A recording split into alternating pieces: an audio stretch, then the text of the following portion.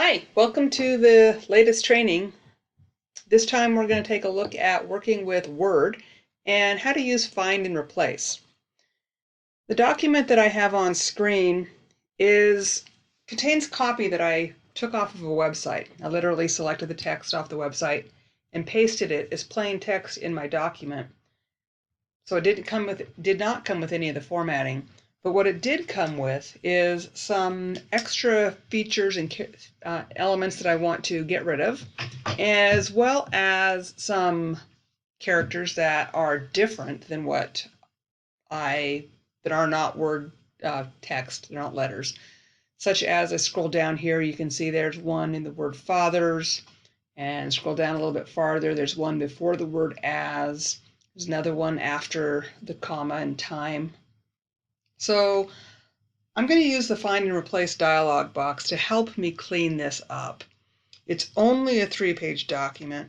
It only has 600 and some odd words, so it wouldn't take me a terribly long time to do it manually.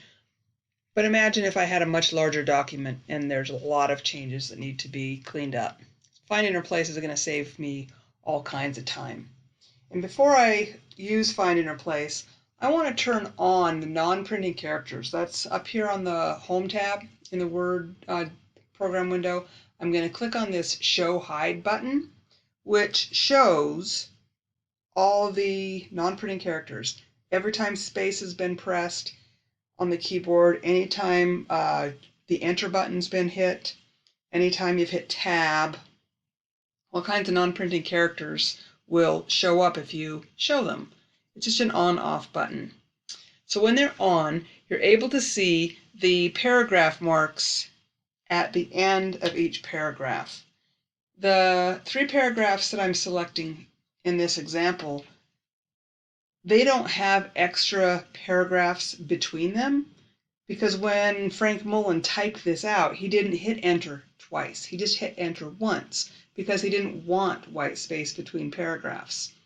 And the newer versions of Word automatically include white space. That's why you see space between the category and the byline.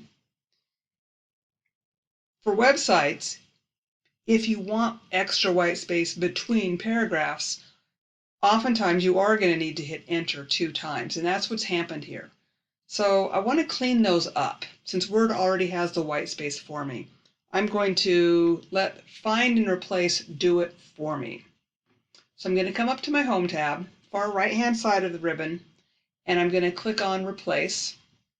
It opens up the Find Replace dialog box, where I want a word to find paragraph, a paragraph symbol. So I'm going to hit the button that says More, and then with the More options that display, I'm going to go to the very bottom and hit Special, and at the top of the option menu, choose Paragraph Mark.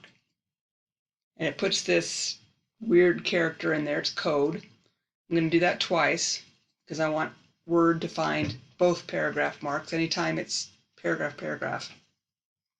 And I'm going to have it replace it with just a single paragraph.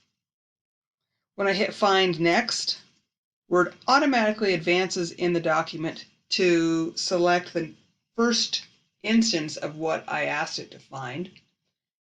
And because I was not at the beginning of my document, it skipped the first one. It skipped these ones, but that's okay. I'm going to hit Replace. It replaced the 2 paragraphs with 1 and automatically moved on to the next. I could sit here and hit Find Next over and over and over again, but since I am confident that I know I want every single duplicate to be replaced with a single paragraph, I'm just going to hit Replace All.